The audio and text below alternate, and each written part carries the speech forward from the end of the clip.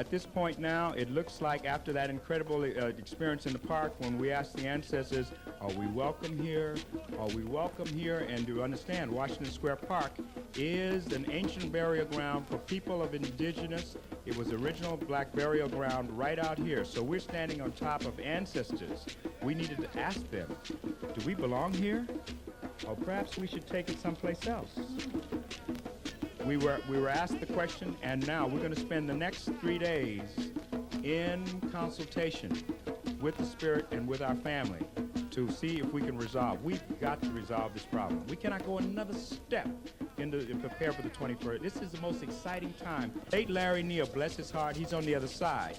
He says if we blow this opportunity and do not do and create the last of what is there for us, if we do not make an impact, we will have lost the greatest opportunity. There will not be another opportunity for us. If the name of the game is survival, Garland Thompson, nobody exemplifies survival better than you as the producer of the Frank Silvera Writers Workshop, holding it together against all odds. I'd just like you to tell us a few things about why you are participating or brought this about, this event. Well, first of all, to the ancestors, they've given us instructions that we're at a very critical juncture. People of color, indigenous people, all of our mother children, we must come together. We have they've given us one more grand opportunity. We must come together. We must pull the family together all in a tight circle and light the cook fires, put the children to bed, and for us elders to decide, where are we going to go? Are we going to go into some other egocentric? Are we going to go into Eurocentric? Are we going to go into Afrocentric? What direction are we going to go? We must create a new world, because this one is over. This one is over. It's for artists. I would not be in theater. It's healing. For me, it's healing. When I go to theater, that's church. I go there not to play. I go there to pray. So we've come together to heal from the wounds that we've all been insulted with? Right. We have been warned. We were warned in the mid-'80s that the 90s would reach a point, and we're preparing for the 21st century. We're given this opportunity to gather all the family together in a very tight group. Now, to discuss what we need so we can leave a paper trail for our children, so that we can grow new people for the theater and create a new world. And we want to talk about each and every one of the problems and sort of exercise this demon that is separating us. If you want to ruin a cook fire, scatter it. Let's bring it together. Let's bring it together. So this is why, and we thank NYU and Earl Davis of the Institute of African American Studies and Robert Taylor. They had the vision to bring us here. They said, all we said is give us a big room, security, and get out of our way. You know what's going on, man.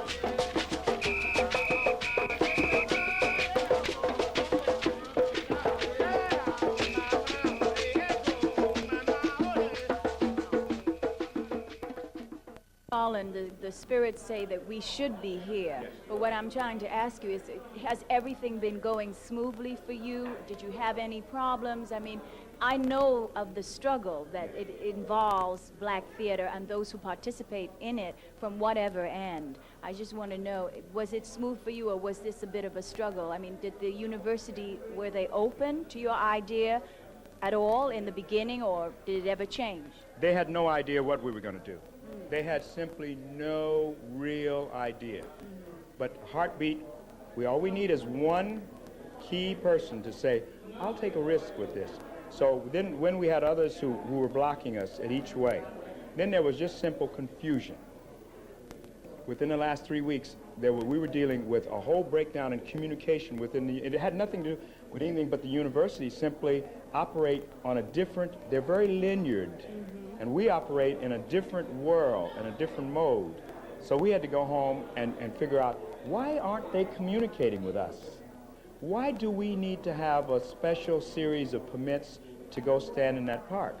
Why can't we stay in that building past 5 o'clock? So we're trying to get past a series of rules and regulations within academia, but we must do this. We have to do this.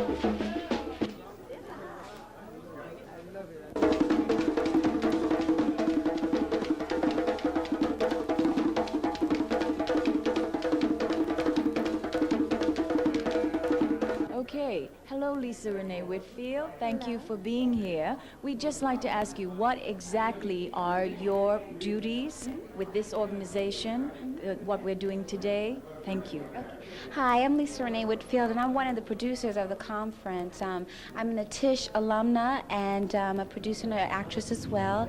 And Duke Aramu and Earl Davis, Garland Lee Thompson, and Robert Taylor, and myself, we all planned this entire event. Well, why is it necessary to have something on Black theater survival in 1992?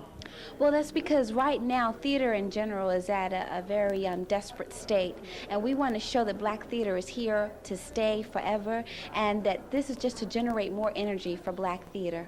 Thank you.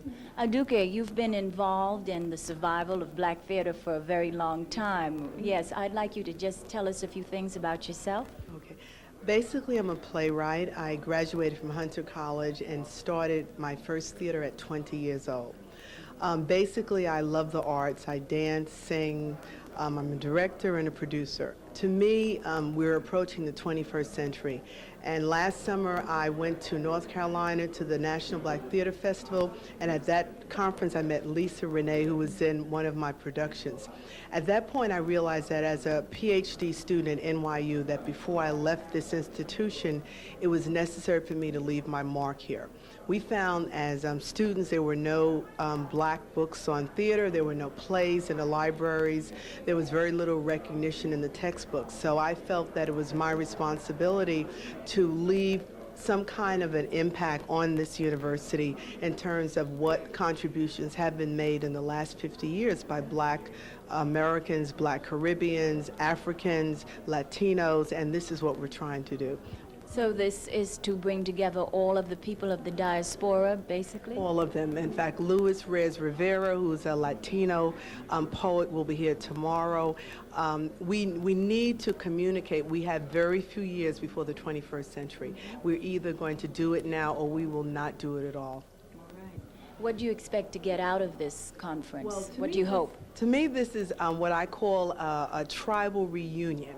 We're all from different backgrounds. Some of us have Native American ancestry. We're from different parts of the continent. We needed to have a conference together. We need to go in our house and talk among ourselves and say, okay, you're in Atlanta, what are you doing?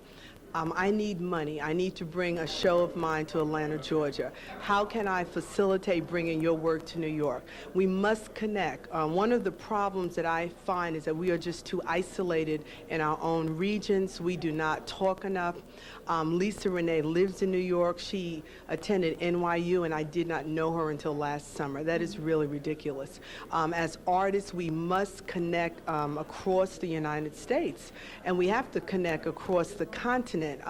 We have, even on the panel, we have Africans that have come in from Africa to participate, because if we do not connect, we cannot survive. Thank you. I represent the 40th District in Brooklyn.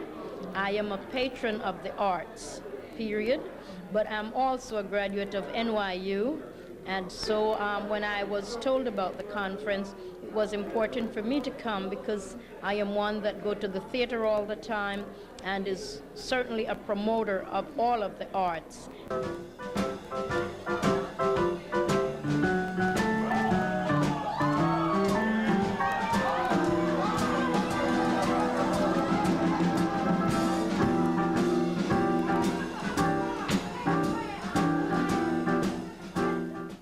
And I am delighted that for the first time, I am sure, where's Ruth Newman? Ask Ruth to come in. Ruth, I want to introduce you to the person who's in charge of the gallery. And I am sure the gallery will never be the same. This is the first time ever in life that we have had dancing in the gallery. Where is Ruth? I do want to introduce her, but I want to welcome you all. We are absolutely delighted to co-host this conference. I want to bring out my hello there. Hello. Everything comes down to an economic issue. And so, of course, I want to introduce the co-sponsor of this, Helen Kelly. The reception.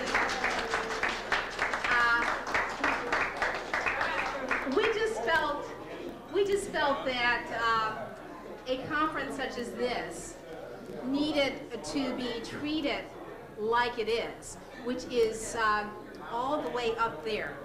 We are so excited about you all being on campus this weekend, and we wanted to begin it with a celebration.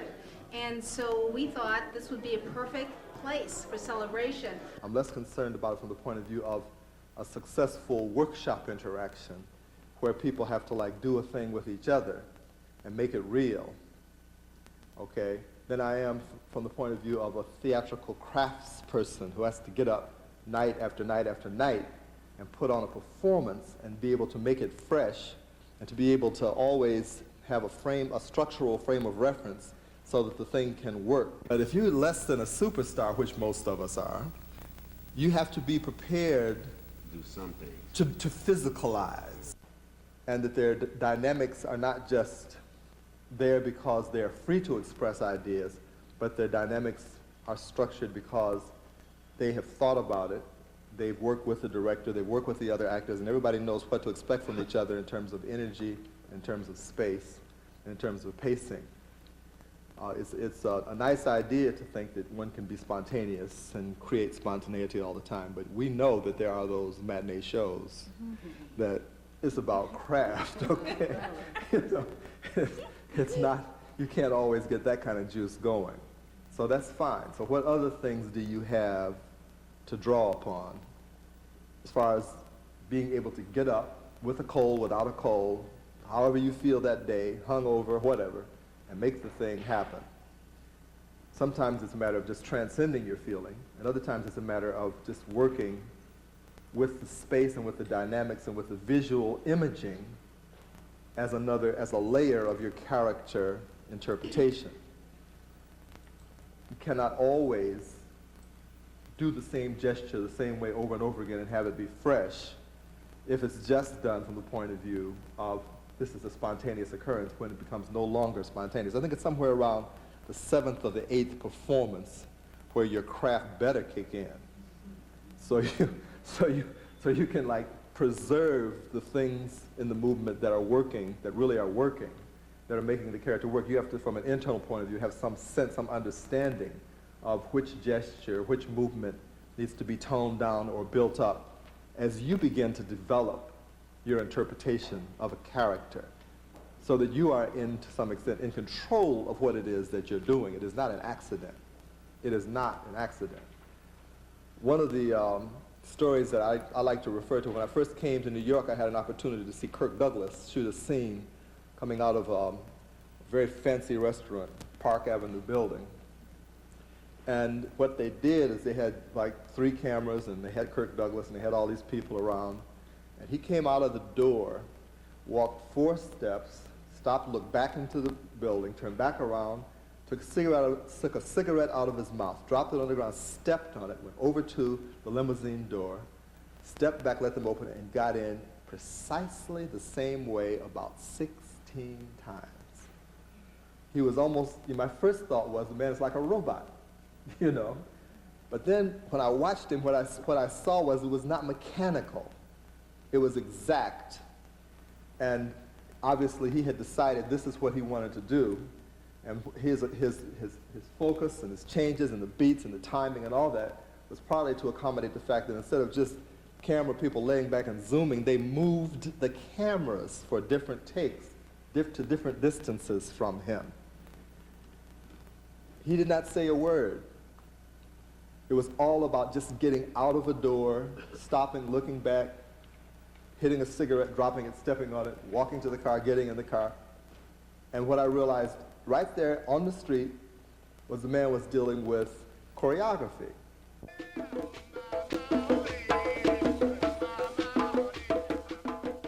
Wait a minute, this is not going to work. You know, if I want $50,000, I go to Motown and spend 2 months with Barry. Okay, I won't spend 2 months with someone who can't invest but $1,000. So it's really a matter of that, you know. And also, you've got to believe in the play you're producing. It's got to be, the play is a part of you, you know.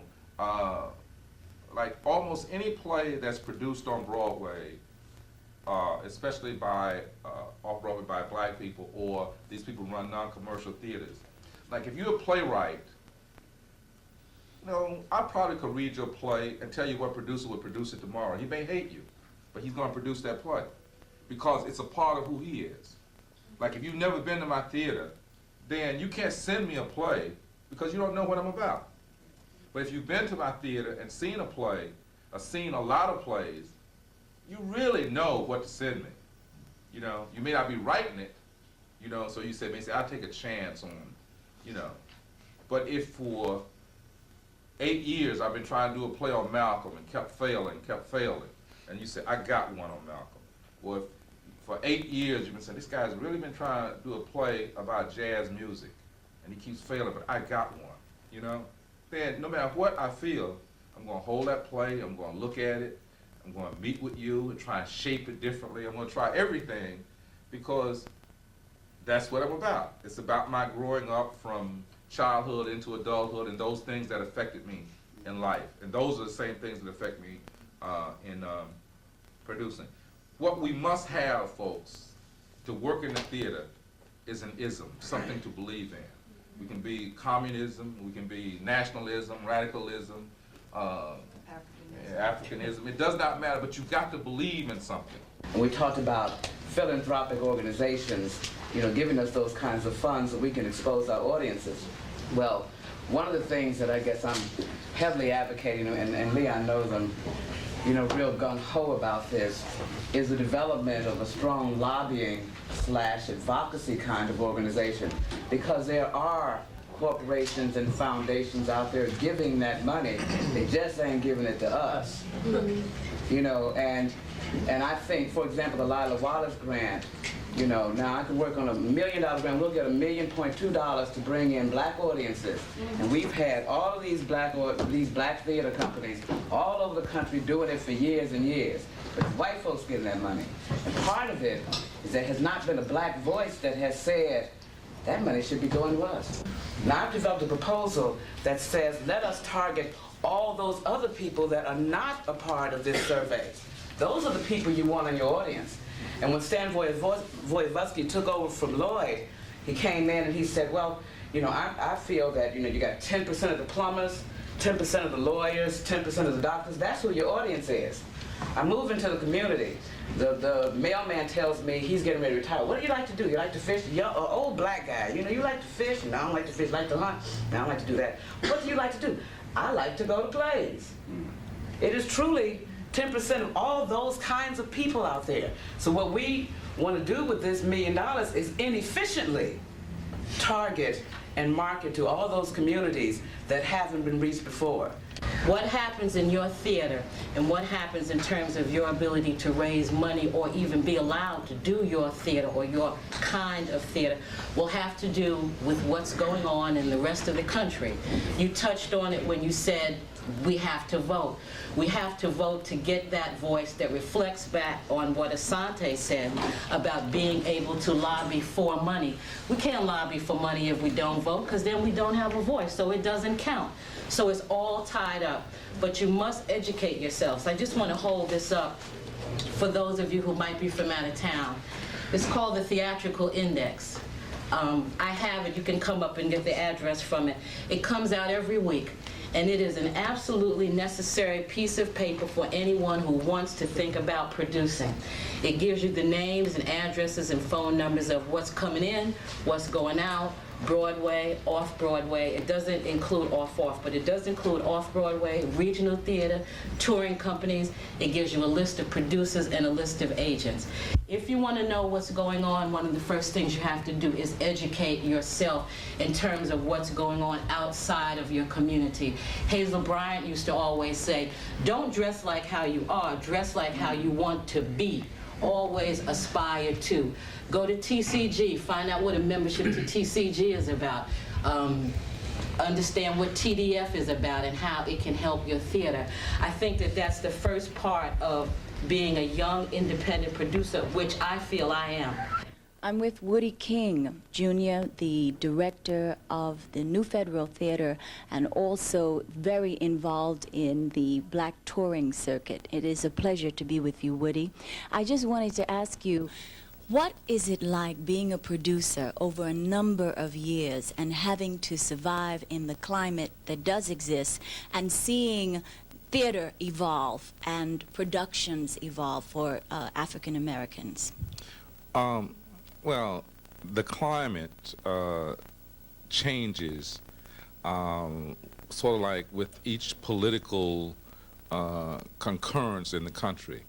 And I came into the theater as an actor in 1959-60 in Detroit, where there was this movement into the Kennedy years. And so into the Kennedy years, we developed a small theater in Detroit, and that theater grew into a major theater through the Johnson administration. And sort of like, I think what politicized me at that time was the fact that the Kennedys were very popular, Malcolm X was very popular, and Dr. Martin Luther King was very popular. And I use popular in terms of guiding us politically. And so we had something to believe in. And therefore, if I read a play and I believed in that play, then I would do that play.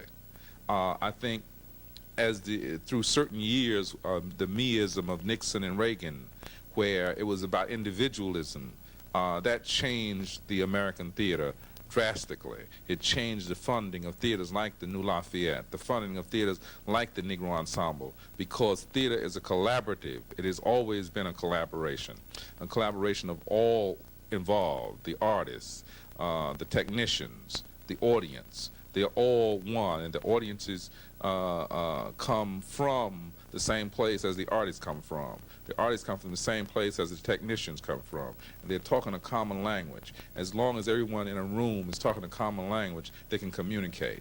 Once it's about individualism, a commercialism, a financial stability, then everybody's sort of like talking on a different wave.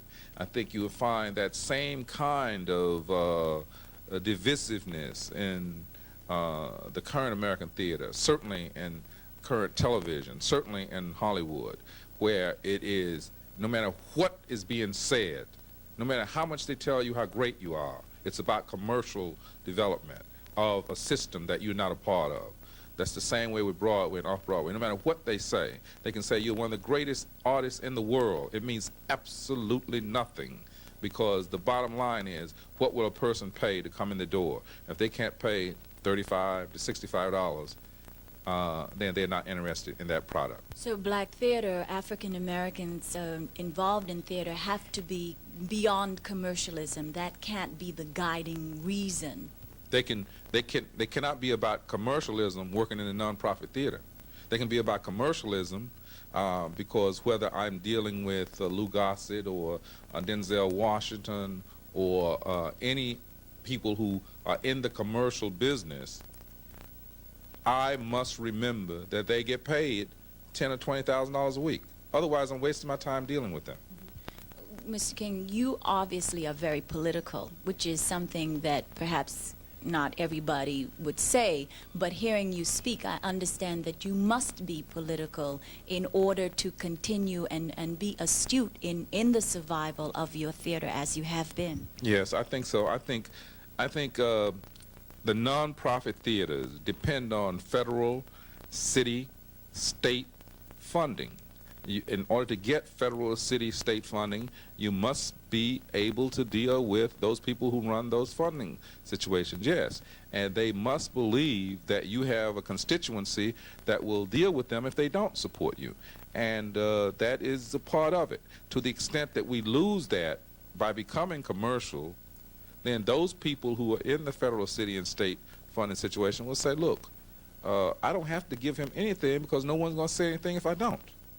And that happened with major institutions, whether it's the Negro Ensemble Company, whether it is off-Broadway or Broadway.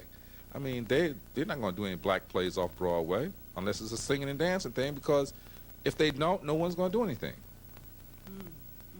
So what do you think will come out of this conference? Do you see anything we can give the lip service and say, we know what it's going to take to bring us together? Do you really think a tremendous collaborative effort will come out of this conference? I think the best thing that we can hope for in a conference like this is like there are a lot of people from around the United States here at this conference, and they will know that they are not isolated in Michigan or California or Cleveland. We're all talking about the same thing, and that is the survival of a people, the survival of an art form.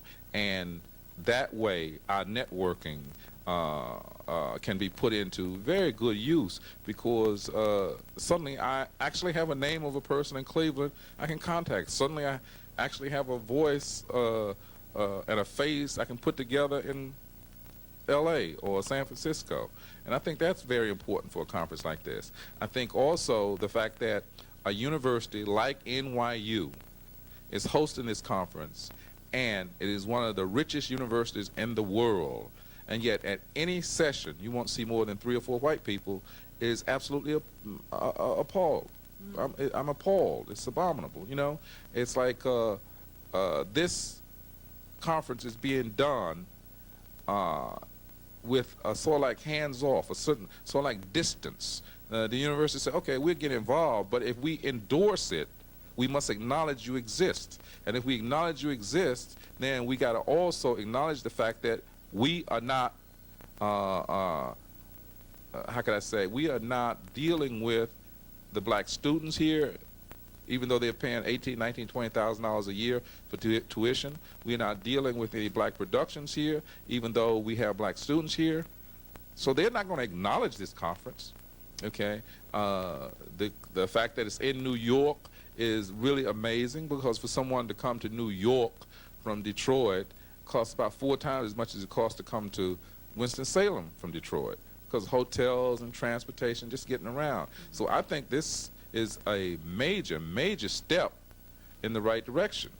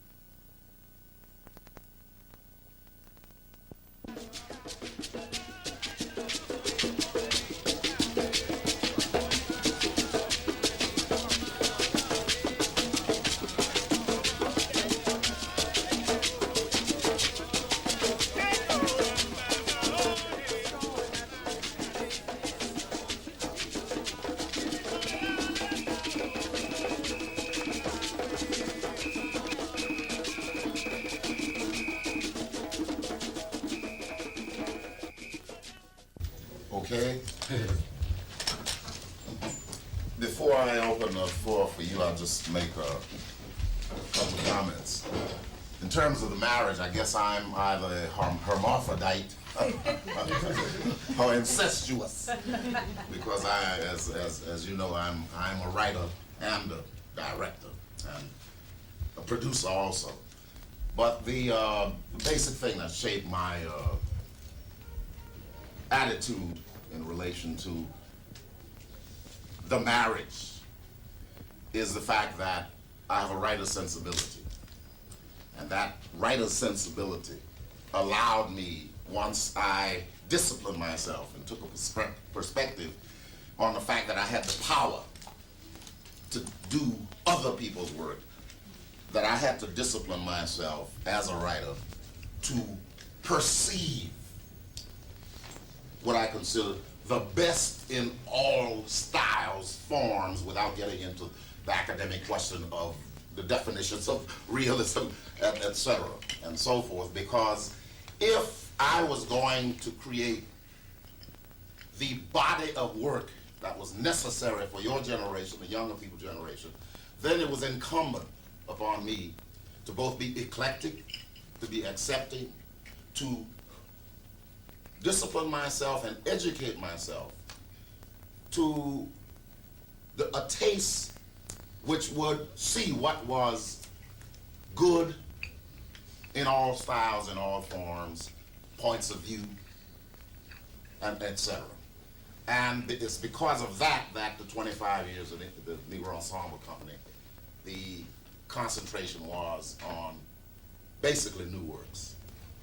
And the great wide variety of works that range from the poetic realism to the experimental to the epic Brechtian, et cetera, et cetera.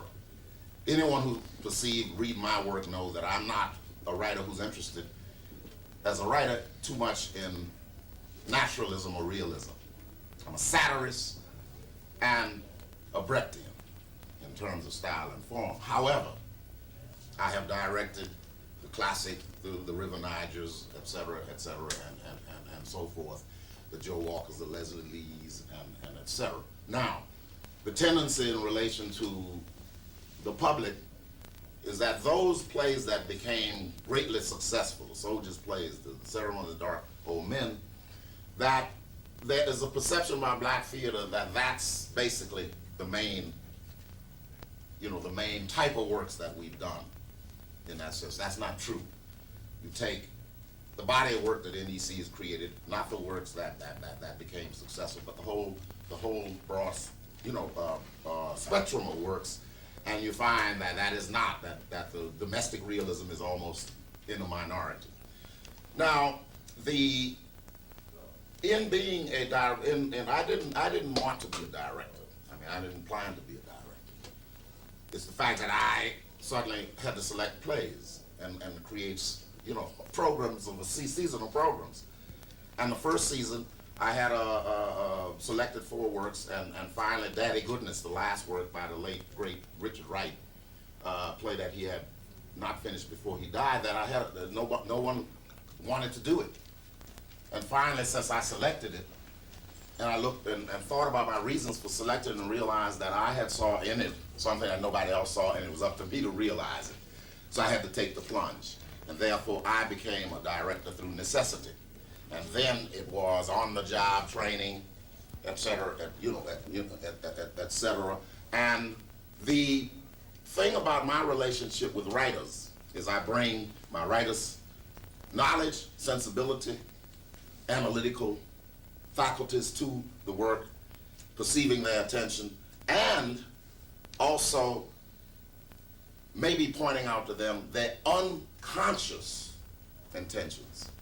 It is not the duty of a director merely to accept what the writer even consciously says he or she is doing, because the process of creation, there's an unconscious element that is involved. And very often they think I have written this play about black liberation. And I say, that's not what you have. you know, you have something else that's better. Because now that you can think about it, you come up with what what we know consciously we need to say. And then, but yet, what motivated us and what inspired us and what took over is putting things together, situations and people, and suddenly the result is not what the person thought of only in their conscious mind. It is the director's function to not only see and try to realize the intention there, but also to see whether there's something else there in addition to what the author thinks, or something even which contradicts what the author thinks he or she has. This function is basically, I mean, this is how I functioned throughout the years in dealing with the various writers, wherever they were coming from. Now, before I turn the floor over to you all, I don't like when I'm up here and you are there to let it wind up just being nice lecture type of thing, and it's all like the marriage. See, we can talk about the marriage all we want. I want there is a divorce factor.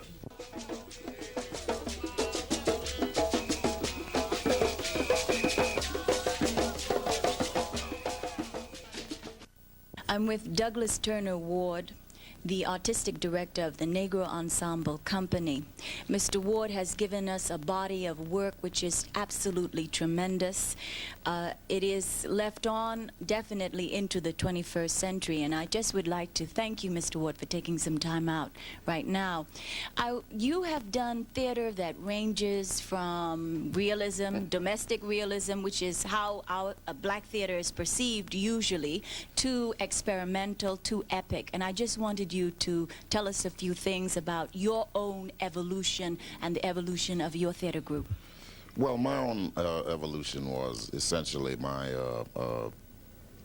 ambition to be a writer, and that's the thing that got me involved in theater. And I came to the conclusion very early that I wanted to write out of my own experience, and that I needed to do it with other blacks, but almost more important, I needed black people in the audience as witnesses. I mean, I was not interested to write for a majority public that was not of my own people. So that sort of led me eventually to the point where I did become a writer, and I did write 2 one-act plays that became successful off-Broadway at the time in 1965, and that gave me the opportunity to write an article that appeared in the New York Times Sunday section, which asked a question, American theaters for whites only? And then in that article, I really basically called for the creation of an autonomous, independent black theater run by, for, with, about, and addressed to other blacks. What is your analysis of where we are now? Because you have always been committed to progressive, what is progressive politically and well, affecting Radical. a whole lot of people. Radical. Right, Yes, definitely radical. Radical, really. Don't be scared to say it. All right, radical. He is Right. definitely known as that in many circles for your writings and your analysis of the situation. So what I wanted you to do is give us your analysis of this conference, and clear away for us some of what we may idealistically think is going to happen, and tell us what you perceive as can really happen realistically out of this conference. This conference is very important in the sense that the gathering together of both the veterans of black theater and also the younger generation that's come to the conference to participate in its workshops and panels. It just confirms the fact that that we still strutting, but at the same time we are at a point of great danger, in the sense that what was created previously that we know as black theater, African American theater, whatever you want to call it now, is in jeopardy. And finally, what I call a sort of superstar contingency, the superstar contingent rather, the Oprah Winfrey's and the Bill Cosby's, et cetera, et cetera, et cetera, et cetera. They must now make a breakthrough and set a precedent that they will begin to give significant money to their own field.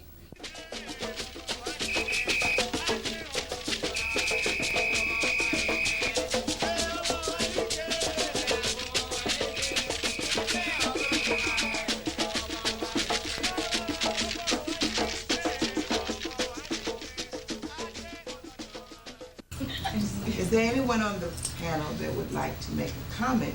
Okay, yeah, let me try it up here. I'm just curious, dealing with health from the standpoint of the writers, is it possible, do you think, that the writers can try and decode by the healing process through their work?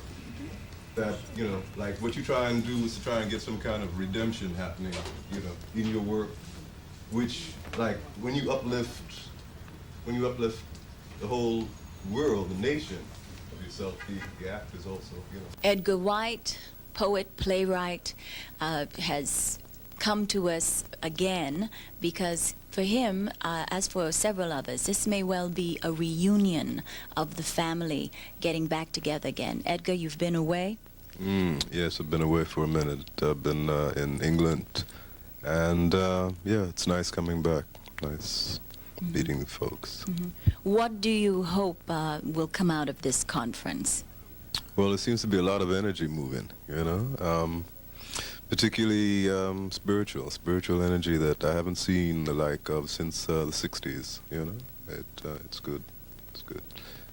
This is like a renaissance for us then, something, the energies that were present in the 60s you find will be with us in the 90s into the 21st century? Yes, I find that. I find that a lot of the participants, for example, people like Barbara Antier, who, I think is like one of the founders of black theater in the city. When I started around 18, when I was about 18 years old, up in Harlem with the black theater that was happening there. At that point it was Leroy Jones, Imamu, and yeah, I find that everyone who was there, the survivors, have come back as spiritual, fathers and elders, and it's a good feeling. I particularly liked what I saw today because I feel like at this point we have our history before us, There was a time when you were very strange, when you talk that sort of thing, but now what I found is that that it's going very much into the spiritual. It's no longer just a one-dimensional thing of theater practitioners, that sort of thing. And yeah, I'm very glad to be here at NYU. This is also a place that I started out. This was the first school that I went to, NYU. So yeah. Has NYU always been open to what its African American students wanted to do? No, I wouldn't say that. But there was always space. There was always space here. The fact of the location, the fact that it's so close to the Lower East Side, particularly, its energy base. When I started, the first plays that I did down here were over at the Public Theater, which is, just around the corner. Yeah. And I can say that the National Black Theater has just built its $10 million revenue-generating theater arts complex, and it is an incredible offering, and it has artwork from new sacred artists from Nigeria, and it's to make black theater immortal as a conversation in the world. So people get clear that in the 60s, when we were struggling and efforting to bring forth the distinction black theater, because before that there were no distinctions called black theater, that today we're alive and living and well, that we intend to continue to liberate our people, that we intend to continue to maintain and perpetuate the richness and beauty inherent in the form and feeling of black lifestyle. And bottom line, our goal is to keep soul alive. Well, actually, you know, National Black Theater had a fire in 1983, and our whole building was destroyed.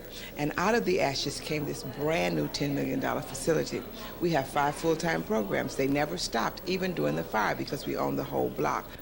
And to know that there is nothing that we cannot do when we work together as a team, so that there is no such thing as can't, there is no such thing as impossible, that we have built a $10 million facility from nothing, because our commitment to the arts, to culture, to re-education, to an alternative learning environment, to the immortality of people of African descent is what propels us, is what drives us. So what I would like people to know is that when they tap into that overwhelming source called soul, called spirit, called aliveness, that they too will know that there is nothing that is impossible on the planet.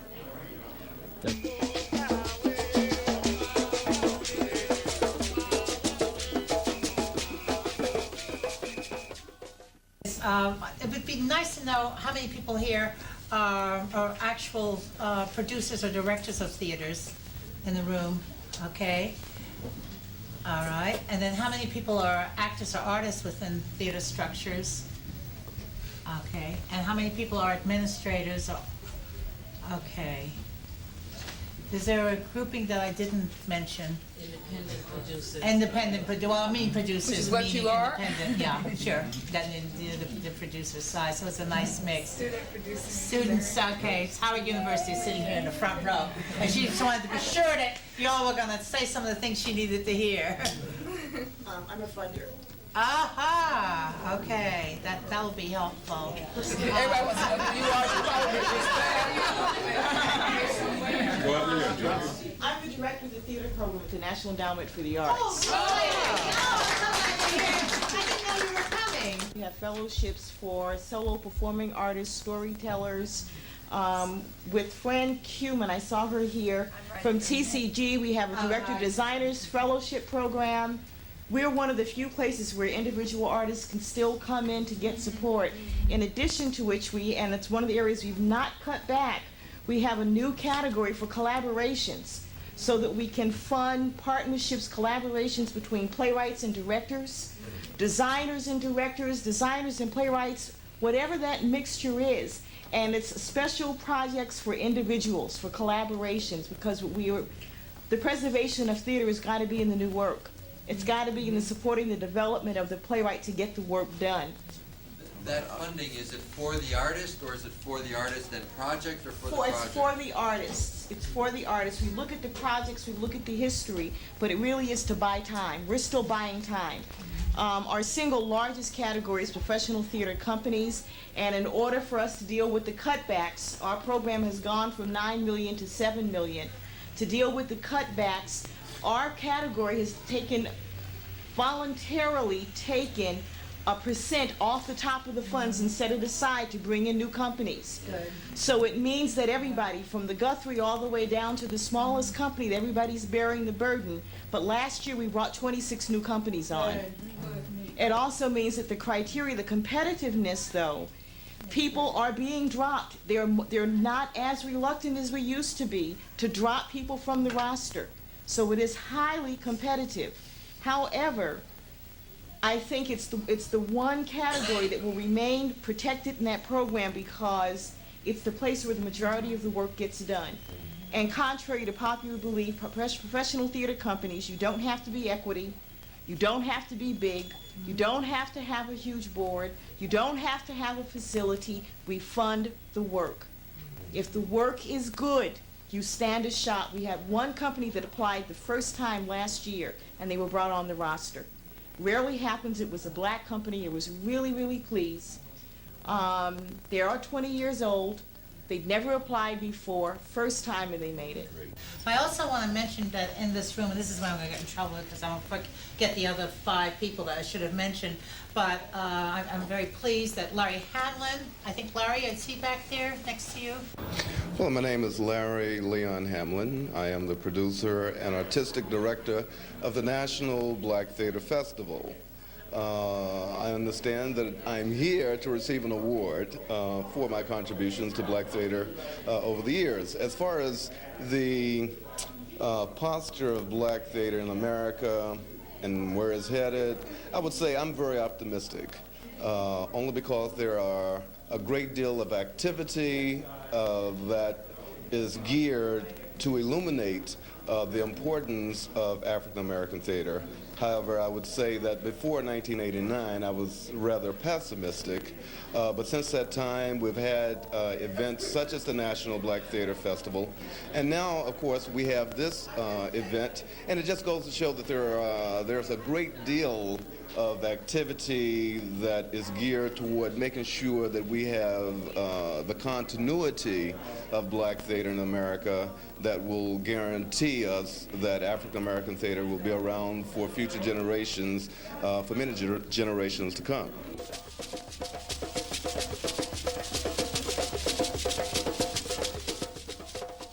Just one practical consideration. I mean, just the rules of equity are that you can't raise that. You know, I mean, because I had a big fight where I was. It needs to be addressed because equity has not helped us one damn bit, and we need to just deal with them because they don't give us any audience development. They don't do very much for us at all, and yet still every time we get ready to do something, there they are right in the way.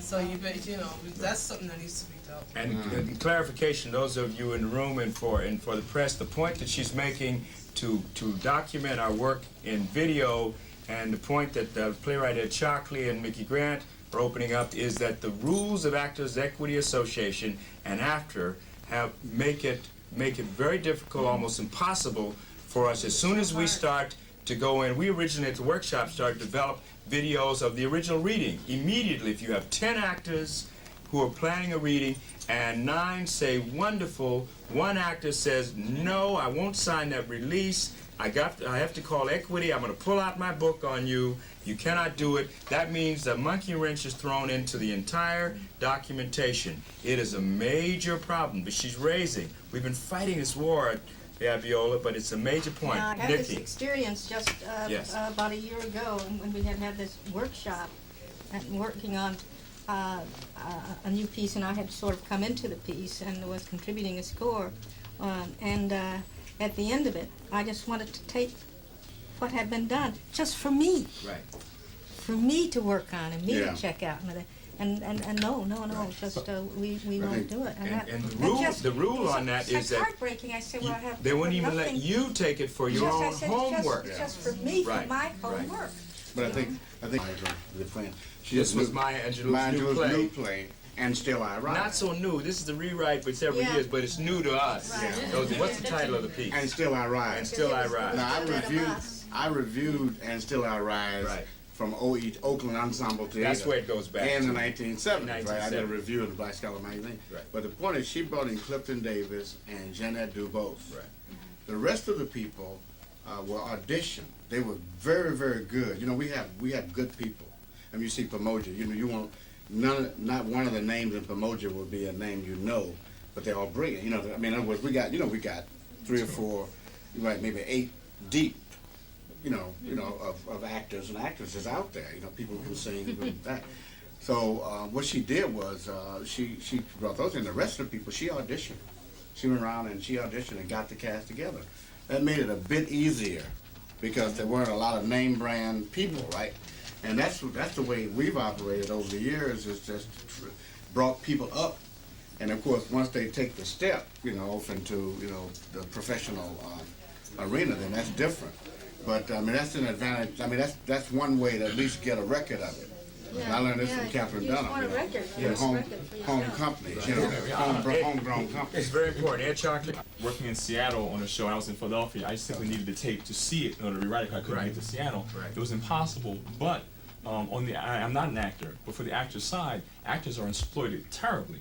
In Seattle, the same series of actors, about 4 of them had won a suit against someone who had videotaped supposedly some sort of in-house thing, and then had sold that same tape to television. So we don't want to turn any actors against writers because we're all being exploited in the same situation. And equity really isn't the bad guys. It's that they're they're caught in the middle as well. They're fighting producers who are unscrupulous on behalf of actors. That's right. So the circumstance is the problem. Yeah, the capitalism is the problem. Right, because if the actor agrees to let you tape, and there are 10 actors, and they wind up on cable somewhere, and I know A Piece of Mind was shown in Tokyo Television, and I didn't know anything about it. Exactly. Okay? And the so we never get your understand money that, anyway. right? Exactly. That is a problem that we have to deal with, right? But at the same time, what Abiola's point is, if we not only we must document, but if we're not showing up and putting these images before, especially our young hip-hop set, they don't recognize us because they're television babies. Yeah. They don't see us on that tube, we don't exist. So they're not just we're documenting it, we don't have validation if we're not showing up in the major media. Well, I didn't see you on Oprah, I didn't see you in the major media. It's a major problem. So we do have to address this problem of how to get the material, same time, protect the art. I'm here with Mr. Lofton Mitchell, who has documented black theater, shown African Americans in various aspects of the performing arts, and we are very grateful to him for that. What I would like to ask you, Mr. Mitchell, is when you were, let's not say young, because you are very youthful, okay? You are very, very youthful. But as a very young person growing up, what inspired you to take note of theater and the arts? Oh, well, I was born in Harlem, and my family lived on 131st Street. And we used to go to one of 4 theaters that were operating in those days, where there were black productions, black artists, and the contrast with the movies happened to be one devil of a contrast, because the movies had stereotyped us into Yazabos or whatever, and these were not real people. The people around me were literate, dignified. They were West Indian, Jewish, Southern black, Northern black, and they ran through a bunch of professions. For example, the eminent Dr. Pettione lived next door to me, Charles Augustin Pettione. He was from the West Indies. His daughter Muriel, by the way, is still practicing medicine. And this is the kind of people that we knew. Well, you walked out in the street and you could meet them and talk with them. And the movies did not represent us. I never dreamed that the day would come when along would come a bunch of black filmmakers who were doing one whale of a job. But I gravitated towards the theater. At least we could control our scripts.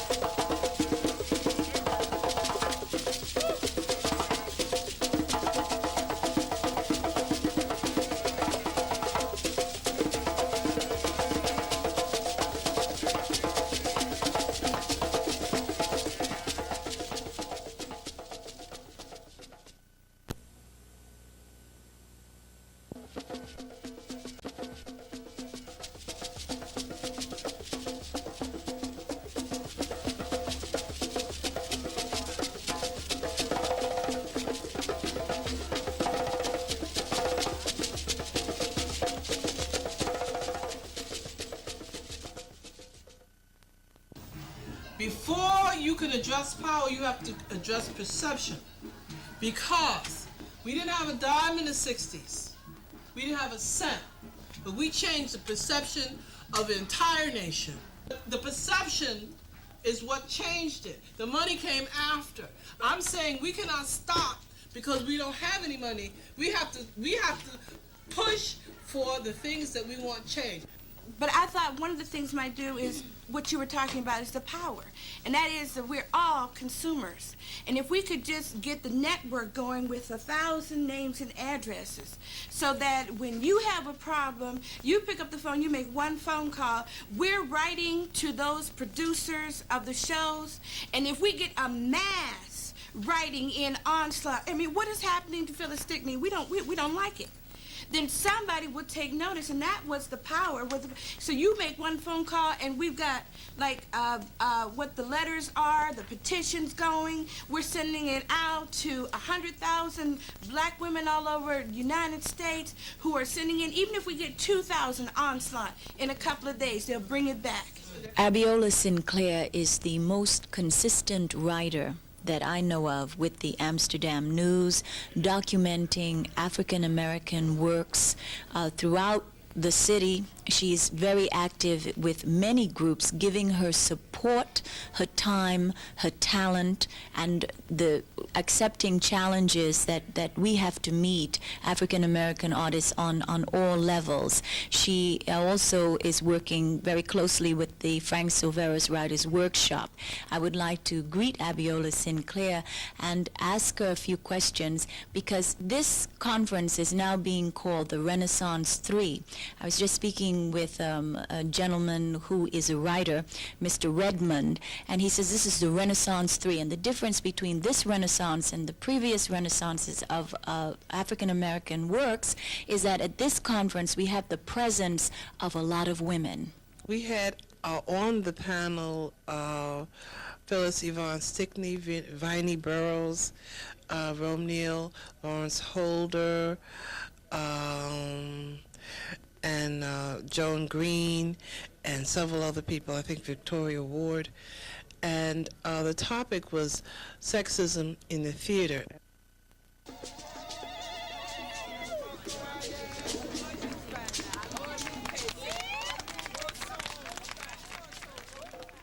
I feel that Harlem is where I got my start.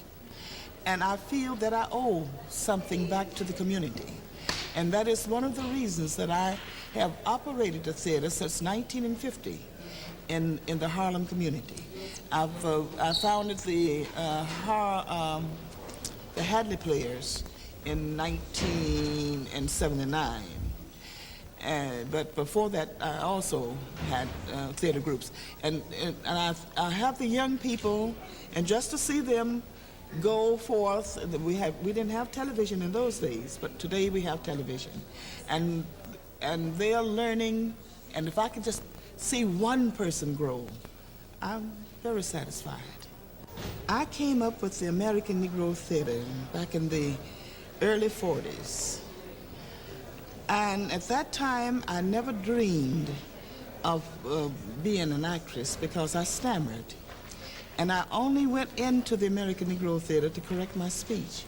Once I was there, I was told that I couldn't just take the speech course, that I would have to take the full course. And the full course consisted of acting, speech, body movement, toilet cleaning, painting flats, putting up lights, and etc., stage dressing. And so I took the full course. And my teachers urged me later on, after 1 year, that I should audition for acting. And of course, I'm still frightened at the thought of going on stage. I think that the conference that took place here in New York, Black Theater in America Conference, was probably New York's cry out and a cry inward to say that we are still here, that we still have the place where careers are made and craft is honed and it's real. I think what was accomplished this weekend is that we brought people to the realization that maybe just inside we're saying it to themselves, that we need to regroup, we need to reclaim, we need to reestablish ourselves in the industry and in the world. A few things I just want to say first. I'm always so pleased to see Gertrude Jeanette. Hi.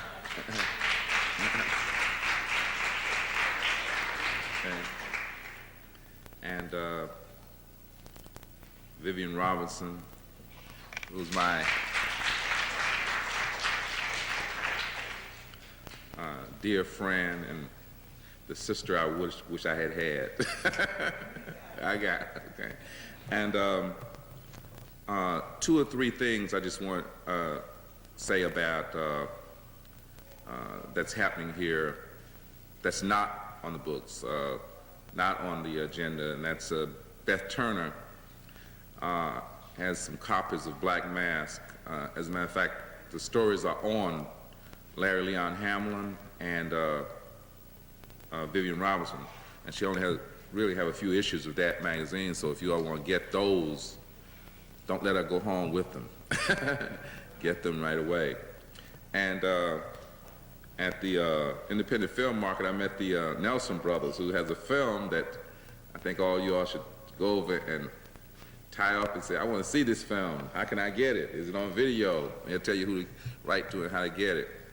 But at these conferences, you know, there was one in, well, a festival in North Carolina, one in Atlanta, one in Detroit, Black Theater Network, and then the Midwest Black Theater Alliance conference that I was at. And it's an unbelievably fabulous opportunity for people to come together who haven't seen each other in years, and you hear people screaming and say, where are you now? And exchanging cards and telephone numbers, and 2 days later, they've lost them. You know? And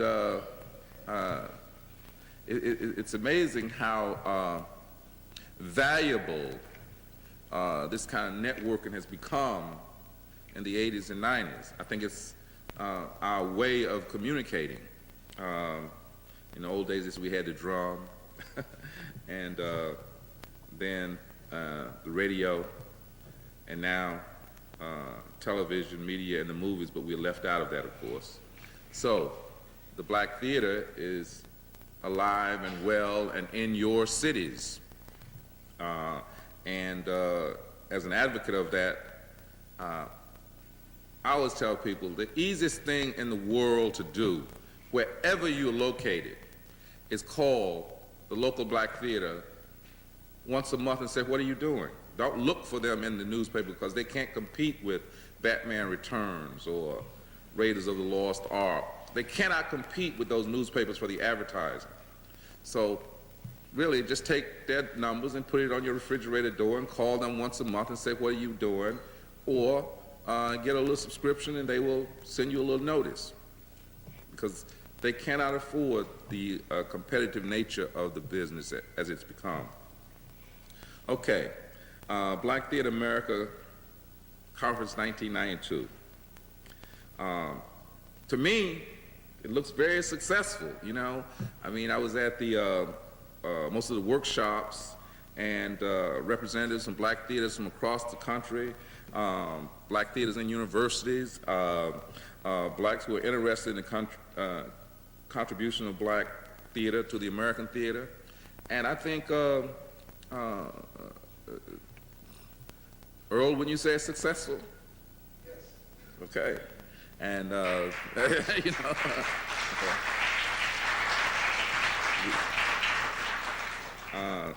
so I just think Earl and Robert and Lisa and Aduke and Garland,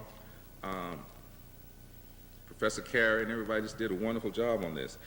So we've seen programmings, and you've heard discussions ranging from, and I'm just going to give you a laundry list: sexism and racism in the theater, producing, technical theater, children's theater, collaborations, Afrocentrism, writer-director relationship, poetry in theater, dance and choreographers in theater, the business of acting and casting, playwriting, funding, politics of theater, publishing, and there has been parties, parties, parties, parties.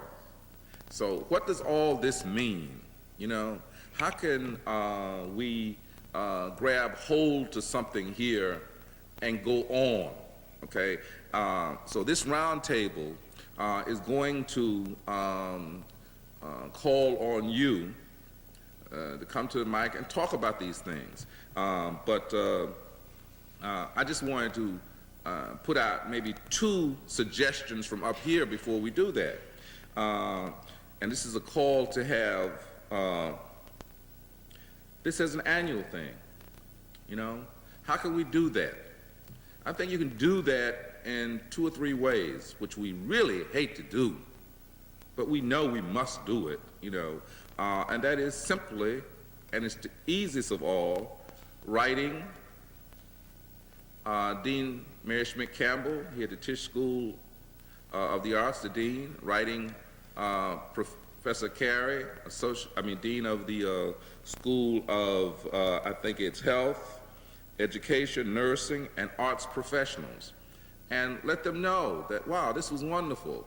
How can we have this as a sort of like a continuing annual kind of thing? And I think last of all, it should be some sort of way to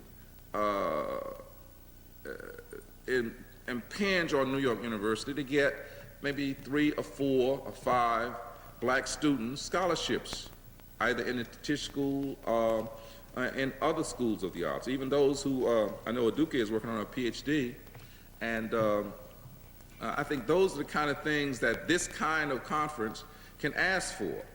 And because young blacks who are working in this profession really need some sort of help, you know. I know when I taught here, and Beth may see the same thing, everyone says, oh, they will be available all day to do project A, B, C, D, and E. Those students are not available. They're working 3 or 4 jobs just to exist here. And if they let the university know it, they're out, you know. And, you know, it's like, and I think it's like this in most universities. So I think those scholarships are very important. And I also think some sort of, especially in New York, not New York, not only New York, around the country, those of us like, look over at Buddy Butler and Gertrude Jeanette, and those of us who really work in theaters need to take on 2 or 3 interns as mentors, you know, and mentor those young people so that, Buddy? But I guess along the economic question, it gets very interesting for a lot of us who were in New York, not in New York. And we talked about a lot of things yesterday in terms of establishing our own identity, our own destiny, because it seems like economically sometimes the money's not even the question, especially if you deal with the Great White Way. If you want to be on Broadway, we would take a show like 2 Trains Running, that they close, although there is a box office, that we are going to the theater. We are supporting the show, yet because, from what I can surmise, there's not a 3-month advance ticket sale, they still close the show. And I think economically, as a group of people, we have to redefine. I mean, I think Danny Newman's audience development model is outdated now. Right. For us, it's 20 years too old. We don't develop audiences that way anymore. We don't fundraise traditionally anymore. That we do spend money when we go out. As a matter of fact, we probably spend more when we decide to go out. But given the economic situation of this country and of African Americans in particular, we are not spending money 3 months from now. We're spending it today. Now today, we may all in this room decide, well, we're going to leave here and there's a play. We're all going to get up and go see it. And everybody here will spend $20, $25, $30, go eat good, buy top shelf liquor. I mean, when we go out, we go out. Right. But we don't go out 3 months in advance not knowing what that money base is going to be. So I'm not even sure how we protect those things. Again, 2 Trains just comes to mind because there's a show that they haven't even taken the pictures down yet. All it's been closed, they're selling out, but they close it because there's not a ticket advance sale. And that seems to be very strange, even economically, how people say, so I don't even know if it's about money. I mean, that's very interesting. Is it really about money? Is it interested about arts and concern? This is our theater, we can do what we want to, which makes me think we really have to do is support our own theater, but really look at a new way to develop an audience, to maintain an audience, look at how do we spend that entertainment dollar in lieu of all the other things we must do with that same dollar. We want to know how many tickets we've sold 2 months from now. We want to know what the advance is, you know, because if it costs $150,000 a week just to stay open, and that $150,000 a week, folks, pays a lot of people above the table and a lot of people under the table. And a lot of people under the table says, well, if I can't get paid this week, no, I won't do what I'm doing under the table for you. A lot of people on top of the table say, well, I gotta have my check this week too. But they don't have anything to do necessarily with the product on Broadway. But this $150,000 a week, 160, 100, whatever, is what's called the break even. If they don't know how they're gonna do that 3 weeks from now or 3 months from now, then somebody is gonna lose some money if you don't buy a ticket. So that's why, you know, I think you're right, buddy. You know. We have to support our own theaters at the same level we're willing to support someone else's theaters. I don't think we need to cut back on our ticket prices. If anything, we probably need the money that's better spent, but it needs to be spent within theaters that is going to be advantageous to our growth and our continual maintenance of our theater. Not I think that's what Bill was talking about. Right, not just show by show, but how can we guarantee? I mean, it sort of feeds into that mentoring thing, but I want to know there's going to be theater there for my children. Right. My name is Gordon Nelson. I basically agree with the point that he made just about developing the audiences. I think something has to be done to make it more of a thing to do, because as you know, the point he was making is that there are a lot of young black people who do have the money to spend on other things like expensive sneakers or going to see other shows and things, but it's just not considered really hip or in or current. So something has to be done in terms of promoting it, promoting black theater. Well, I mean, you can speak from a unique experience. You had a play running at the National Black Theater probably longer than any other play in the theater's history. Right? How did you all reach out for those audience? Gordon wrote Legacies, folks, you know, that was done at the National Black Theater.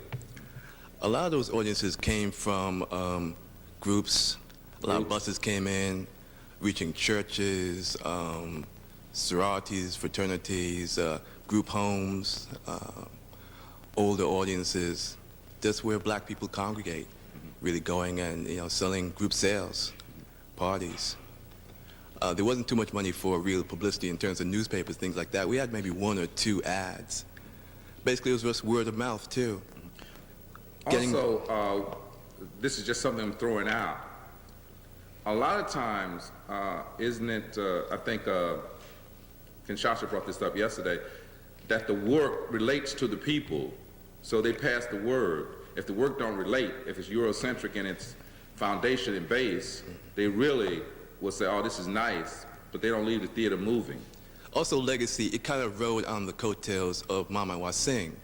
It was very gospel-based, so that, again, it became the thing to see, and there was the word of mouth, and it was something that church people could come, bring their audiences to, bring their families to, and have a good time. Good morning, I'm Kathy Irvin. I'm the president of the Black Theater Network, and I'm sorry I didn't have a chance to interact with all of you here. I tried to meet as many people as I could. And the question was raised about us, so I feel, as the representative of that organization, the vice president is here, Dina Thomas, that we have to speak back to people who ask us questions. That's what we're here for, right? We are the Black Theater Network. You'll see these out there. We, at this point, have 3,000 mailing labels of names, 7,500, forgive me, the base goes ever upward. 7,500 names of individuals, organizations, producers, directors, actors, playwrights, puppeteers, storytellers, individuals involved in the act of making African American theater across the United States. And that information is available to you, but like all the black institutions represented here, and I'm looking at Vivian Robinson and other folks that are present in the room, we need support also. And your membership is part of what goes into that. I see heads nodding. People know that there is a directory, that there is no charge to have yourself listed in the directory. If you are an individual who's involved in the act of making black theater and you want other people to know you're out there, if you will send us who you are and what it is you do, you will be included in that book. We would like your support. We would love for you to become a member. And then we can begin to move forward on some of these questions that are being raised. So that's the primary purpose of the network, is to network people. And so we need to to support that organization as well. I think it's also important to remember that when we have opportunities to get together, that we can't always expect an answer on every one of these occasions, and it's valid that we raise these questions, and it's also perhaps sometimes even more valid that we acknowledge that there is a problem, because working where we tend to work and the isolation that most of us tend to work in, we are inclined to believe that we're suffering under some kind of madness, and that the things that we're suffering under are our own delusions, and that there are not people who share that with us. And that's very important as well. So thank you for all being here, and I look forward to receiving your membership, and if you have questions, I'll be around for a while to answer them. Okay. Because of this lack of information, this lack of communication, from having attended other conferences, and it covers a lot of other areas, but there are certain areas that are sort of like missing. And also a networking system in New York. It's sort of like a different kind of networking system in Winston-Salem or Atlanta or Detroit. This is Dean Pat Carey, who I've been knowing for 20 years. I really am delighted to see my friend Woody King. We have known each other for 100 years. I was just a child then. But on behalf of New York University, I am absolutely thrilled to welcome you again.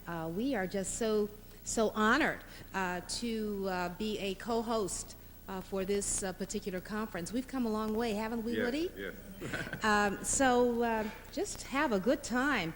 This is a historical occasion, and so in year 2000, our children will be reading about this very weekend. So have a good time, and welcome again. Okay. Good morning, everyone. I'm Mary Umolu from Performing Arts at Medgar Evers College, the City University of New York. And this has been a delightfully refreshing and breezy experience for me. Very, very exhilarating. And I'm proud of all that you've done on this occasion. Okay. And I really have to get this lady here. No, I'm sorry. It's Tundi. Tundi is next. And then this lady here. And we must, it's time to go, right? Okay. Because I have to leave at 10:45. Woody said he needed to go get his 501c3, pay the $275, start his own organization. Other thing is about space, because National Black Theater owns their own space, so we get a lot of people come up talking about we want to do productions, so forth. I want to let you know there is a wealth of space in New York City. Organizations have theaters in their buildings that are just laying there dying. I'll give you one in case. Covenant House has a beautiful theater that just lays there. There are corporations in the city that have their own theaters. They usually don't do anything except for big events. They are available. Our churches have not maybe the most spectacular spaces on the planet, but you will be surprised at the level of theaters that they have in them.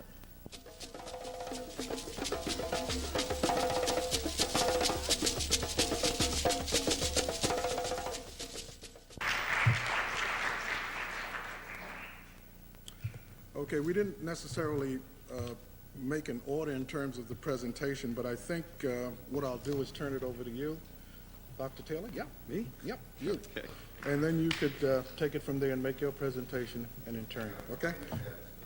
We heard that, Larry. Okay. Let's do it. Let's do Larry first. Okay. Okay.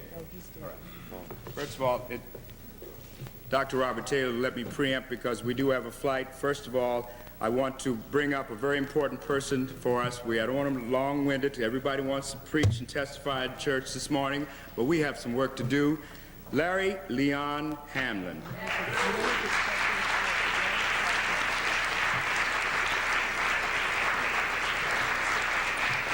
Yes. Give the brother some. Give him some. Give him some.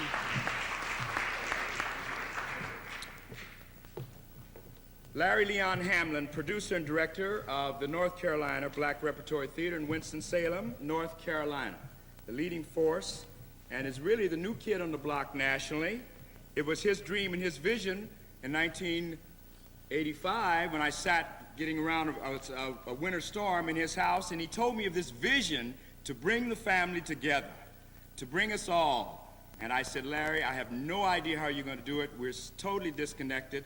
I don't know how I got to this town. He and my dog, we're alone in this unheated van. There's a snowstorm, but I'm going home. You call me. 1989, 4 years later, we convened. And Maya Angelou, co-chair, brought Oprah Winfrey and August Wilson, and we were up and running. 1991, 30,000 people returned to Winston-Salem, North Carolina, and if you were not there, you heard about it. And because of his work, we are here. Aduke Aramu and I and members of the committee returned to New York with his energy and said, we cannot wait 2 years to go back to Winston-Salem. We must reconvene the family here. And I'm saying to you, we owe you a debt of gratitude, brother, for what you have done. Thank you very much. Thank you. Thank you so much. Yes, sir. Yeah. I want to say thank you all for coming. I've learned an awful lot from this conference. It's the first one I've ever tried to put together with the team here behind me. I just want to say that I'm leaving my $20 in for next time. Okay. I know we've been here for a long time this morning, and thank you everyone for being so patient. I just want to hand over to Aduke Aramu now. This is very important. We must salute our people while they are alive. Stand up for Vivian Robinson, and let's give her the love that she has given us for years.